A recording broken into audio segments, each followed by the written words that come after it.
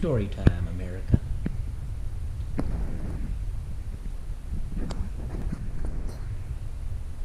Okay, let's conclude the chapter on Eugene, Oregon with some thank yous to some people I have not mentioned or I have barely mentioned in the series of history videos.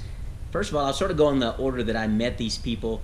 Nancy Westerlin McChesney Henry, Billy's wife. I actually arrived in Eugene in 1981 just in time for Bill and Nancy's wedding. They were always so kind to me. Often I would house sit for them while they were away on long trips, either Billy racing Europe or during their honeymoon to Hawaii, to Maui. They brought me back some macadamia nuts as well. Nancy, you are a wonderful person and were very hospitable and inviting and always showed me kindness, and I'm so glad that despite losing Billy, and you guys were so much in love, such a wonderful couple, I'm so glad that you found true love again, and you and Darren are such an awesome couple. Kudos, and I love you, Nancy. Pat Tyson, the incredible historical coach of Spokane Meade High School, multiple state champion winning coach, went on to Gonzaga University, and did I dream it, or are you now at the University of Oregon coaching your alma mater? Pat Tyson was Prefontaine's roommate.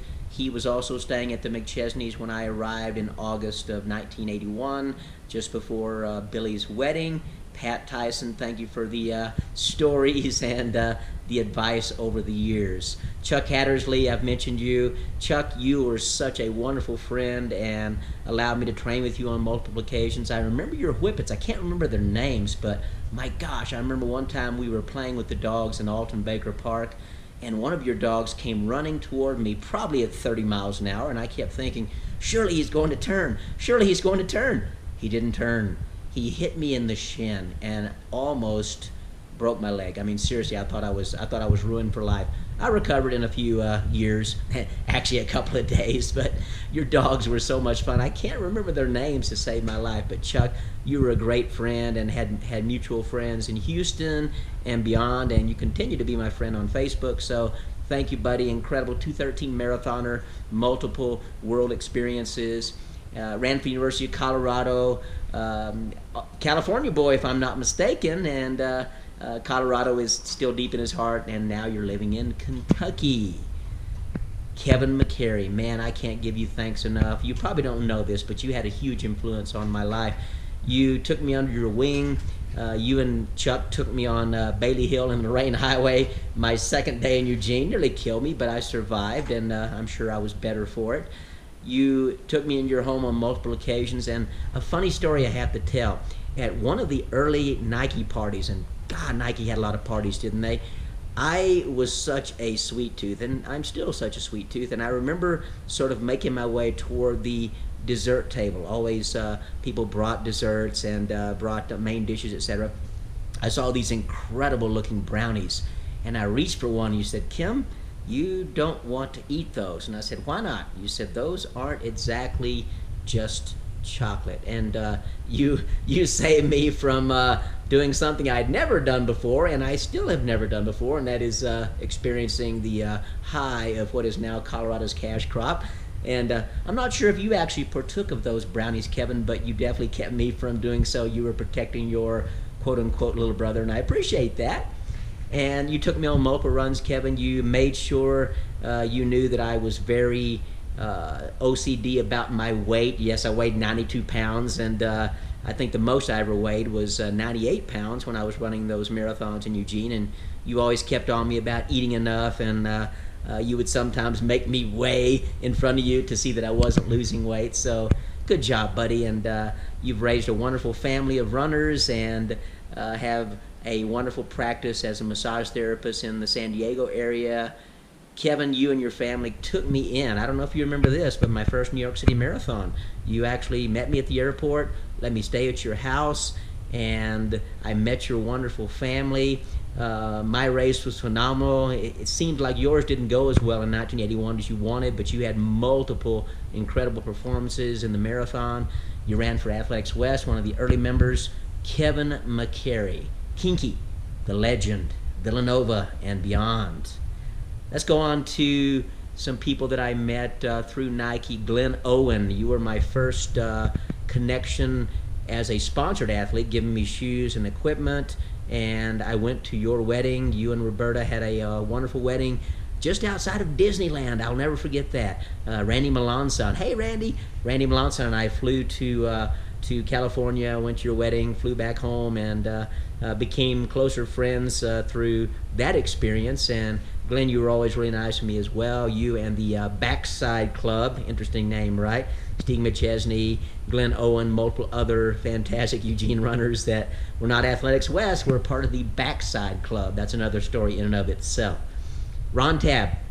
Ron, thanks for the advice. I mean, you were so far beyond my level of ability, but just talking to you on a few occasions made me a better runner. Watching your success made me a better runner. I met you in Houston, of course, when you were working just off of Derry Ashford Road at a running shop, and we kept in touch throughout the years. We both ended up in Eugene, you before me, and your incredible running career. My gosh, I can't name all the incredible accomplishments. First World Championships marathon, third place at the Boston Marathon in the famous Dick Beardsley, Alberto Salazar year. Also, you were part of that big fight between Nike and Adidas, the contract battle back in the day. That was awesome as well. Thank you, Ron. I don't know if you remember this, but on one particular occasion, I saw you coming towards me in Alton Baker Park, and you saw me doing my normal low arm shuffle, and you made the comment, you know, you could use your arms. They do help you a little bit in running. And I thought about it, and since that day, anytime I start feeling a little bit fatigued, etc., I just use my arms a little bit more, lift them up a little bit, instead of having them sort of hang at my sides. And that little tip from Ron Tabb, who later went on to be one of Meb Keflezighi's coaches, made a huge difference. And we're still friends on Facebook, Ron. Kudos to you. I wish you were still in Oregon. You're in Florida now, living the warm life. I can't do the beach thing. I'm a mountain boy, but I'm sure you're a lot warmer than I am. So kudos, Ron Tabb. Let's move on to the Athletics West boys. Bill Middlestat. My gosh, you were such a good friend, sneaking me shoes and apparel on occasion. You didn't hear that, Nike, but talking to you about Athletics West and visiting you on the facilities there was awesome. I got to know your sense of humor, your nutty sense of humor, through spending time with you at Athletics West. I'm tongue-tied, but that's okay. So thanks a lot for your friendship. Bob Seveny, incredible coach at Athletics West, and Joan Benoit's famous coach. Thank you, Bob, for all the advice over the years. Still love the accent and your stories about life and about running.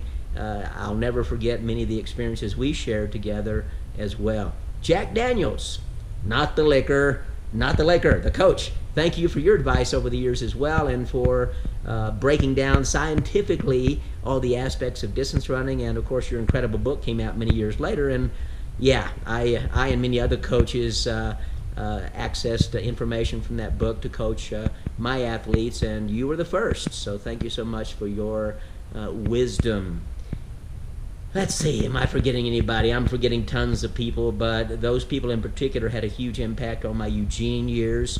The managers I worked for, Phil Bransom, Chris Walsh later in Berkeley. I appreciate you being so receptive to my desires as a runner, allowing me to train, even though I was working 30 to 45 hours a week. I appreciate you letting me pursue my dreams as a young 92-pound Texan that probably had other things he could have done more successfully than running, but I did okay with myself and definitely enjoyed those years. And can't thank the McChesney family enough. I've already spent a whole episode on them, and I'll be coming to visit you, Bill and Marcia, so be safe, be healthy. That's all. I'm going to close for now. Before there again, I get sort of wistfully teary-eyed thinking about my Eugene, Oregon years, and please excuse the appearance. I didn't comb my hair. I can't comb my hair very well right now. Definitely can't wash it very well because I can barely move my left arm, the shoulder injury. I can barely use my right hand, broken hand I'm holding the GoPro with, so I'm recovering slowly but surely and still have that same discipline of getting out there every day regardless. 300 days a year of rain in Eugene, and I was out there every day, barring severe injury, just getting it done. And I still do the same in the negative temperatures that we have here in Colorado, even in March. So Eugene, huge part of my life, huge part of my memories. I'll never forget you. Who knows, I may end up there someday in terms of permanently, but I think I'm a Colorado boy for good now. Eugene, I appreciate all you did for me, all the people in Eugene. Cheers. Till next time. Okay, a couple of edits and additions to my final Eugene post. The memory is good, but sometimes it is not great. Ron Tabb, the wonderful Ron Tabb, actually was not third at the 1982 Boston Marathon. He was second at the 1983 Boston Marathon, second to Greg Meyer. Ron ran a phenomenal 2:09:31 that day, and one of the fastest American times ever. So awesome, Ron Tabb. Some other people I have to thank for my Eugene experience: Jeff Wells, and the guy who was third at the 1982 Boston Marathon, John Lodowick, two wonderful marathoners, two outstanding Christian men who became ministers and were ministers at the time.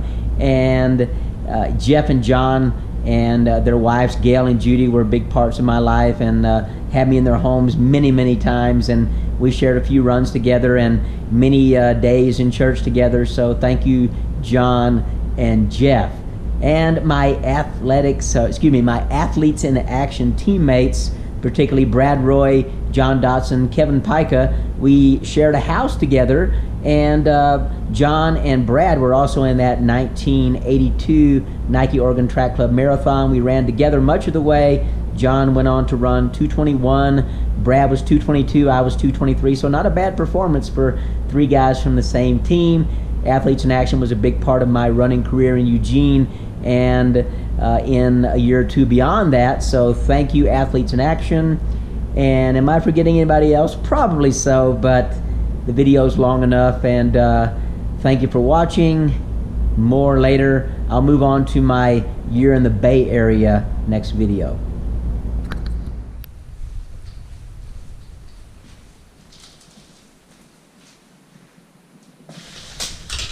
Safe at second. He's safe at second.